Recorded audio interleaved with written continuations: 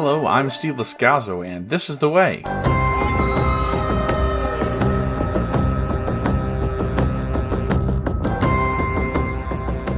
The Forge Awakens? For Mandalore? Actually, I was pretty close with that one. Mandalore Regained? The Mandalore retires, but not really? I mean, I went to bed, woke to my alarm around 2:45, turned on the TV, had Disney Plus already loaded on the Apple TV, and lo and behold, Season 3 showed 8 episodes. It was already up. I thought I'd have time to get some snacks, stretch a little bit, get comfortable, but it was ready. I don't think I was. And then the episode went by really fast. I think a lot of people are going to be disappointed that there weren't more answers. I think a lot of people will think it's just fine, because it ends mostly upbeat. When people talk about wanting to binge watch, I think the past 2 weeks are why weekly releases are better for shows. You can still binge watch after they all air. But I very much enjoyed the discourse over the title of episode 7. The Spies sent people on a treasure hunt of sorts, looking through 23 episodes of television for titles that made their theories tick. I felt very strongly the armor was not going to be revealed as a traitor.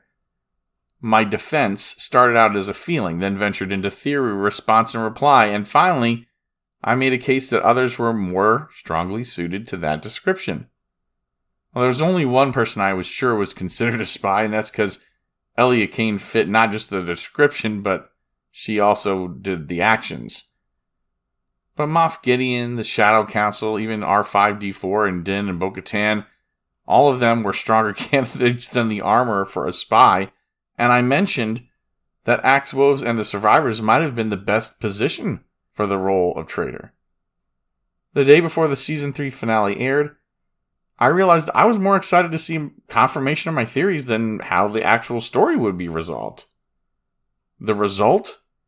Well, every time a character appeared on screen in The Return, I felt the tension of, are they going to be revealed as evil? So I do think that affected me and kept me from just purely enjoying the episode. There are some issues, but they're not major ones. They're just kind of like, well, why'd you do that? Like, I don't understand the armorer calling Grogu Din Grogu. Paz Vizsla, the clan name, comes last, just like Pre Vizsla or Tar Vizsla. Satine or bo-katan Kryze. Ursa and Sabine Wren. Tiber and Gar Saxon. So why Din Grogu? I mean, I'm sure there's an explanation, but I just don't understand that. It doesn't fit normally, so you're going to have to explain to me why that's the way it should be. The action was okay. It was on a giant space battle. I mean, there were ships firing on an almost helpless flagship that was, in a way, returned to owner, if you think about it. The fight scenes were good. I mean, you know, it's blasters going up against Beskar. I mean, just an episode ago, we saw them having moderate success firing against the commando or Beskar troopers, but it seemed like they did much better this time. The clones and the tanks that Moff Gideon walked past, those ended up being just an afterthought. Grogu lasting as long as he did against the Praetorian Guard, that was one of the weaker parts of the episode for me. I mean, I don't want him to get hurt, but I just felt like, why are you locking him in there with them? I liked the revisit of Carson Teva, but how does the N1 get that close to a New Republic outpost without some kind of warning or an alert? It just didn't make sense. Maybe they got one, and we didn't need to see them radioing in that they're here to see Carson Teva. It just didn't make much sense to me. Also, we check in with Teva, but not with Pershing or Kane? What's going on with them? Not even a little blurb like, oh, we'll have to start again somewhere. I don't know. Then Din Djarin gets awarded that cabin outside of town in Navarro. But don't the Mandalorians still have all that lava flatland up to Bullet Canyon? Don't they? Did Grogu import the frog? Wasn't that one of the frogs from him training with Luke? Maybe they're ubiquitous to the galaxy. I don't know. And I am shocked that the Darksaber is just gone. I mean, there's so much buildup. There's so much history. I think this was almost more a message to the fans than actually an important plot point to the story. Or at least the story moving forward, because there will be a season 4. I'm okay with it. It just felt unnecessary. And how does it get crushed, but bo-katan's hand is not hurt in any way? How do you do that? Why would Gideon destroy it in this moment? I mean, was he just resigned to giving up?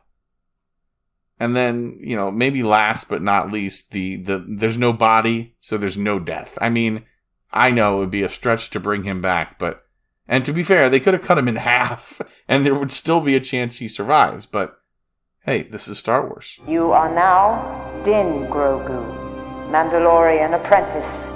This is the way. That's all I'm going to say about the episode. I mean, honestly, there's not much more to say. Favreau says the season 4 is already written. I assume it's going to start shooting later this year, be ready in early 2025, but what do I know?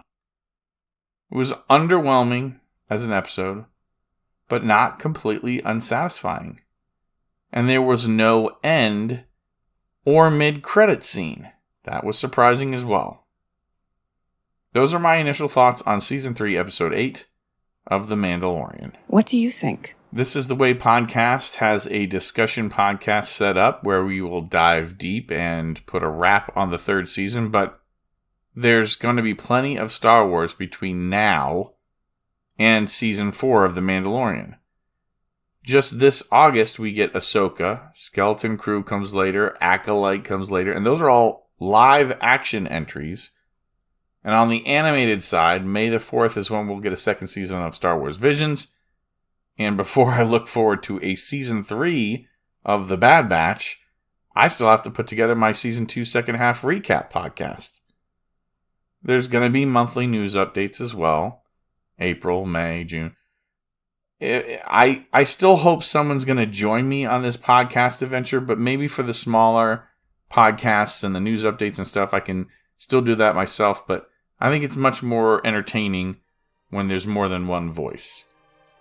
And if you have thoughts on this episode, send them in. I may include them in our upcoming discussion podcast. Email is still thisisthewaypodcast@gmail.com. If you want to find out our social media links, check on the list at Linktree. That's linktr.ee/thisisthewaypod. Thanks for listening to This Is The Way podcast's first impressions of Season 3, Episode 8 of The Mandalorian, The Return. I'm your host, Steve Liscalzo. May the Force be with you, always.